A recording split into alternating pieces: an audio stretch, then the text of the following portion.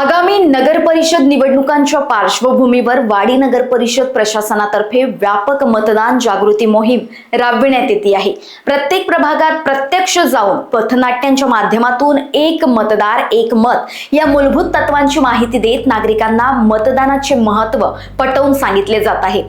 मतदानाचा हक्क हा लोकशाहीचा कणा असल्याचे सांगत पथनाट्य पथकानं मतदारांना गाफील न राहण्याचं आवाहन केले। मतदान न केल्यास चुकीचे प्रतिनिधी निवडले जाऊ शकतात, त्याचा परिणाम थेट विकास कामांवर होतो, हेही जनतेच्या निदर्शनास आणले। शहरातील बाजारपेठ, शाळा परिसर, सार्वजनिक ठिकाणी तसेच घनदाट वस्त्यांमध्ये पथनाट्यांना उत्स्फूर्त प्रतिसाद मिळतोय। अनेक नागरिकांनी पथकाचे कौतुक करीत आगामी निवडणुकीत 100% मतदान करण्याचा निर्धार व्यक्त केलाय।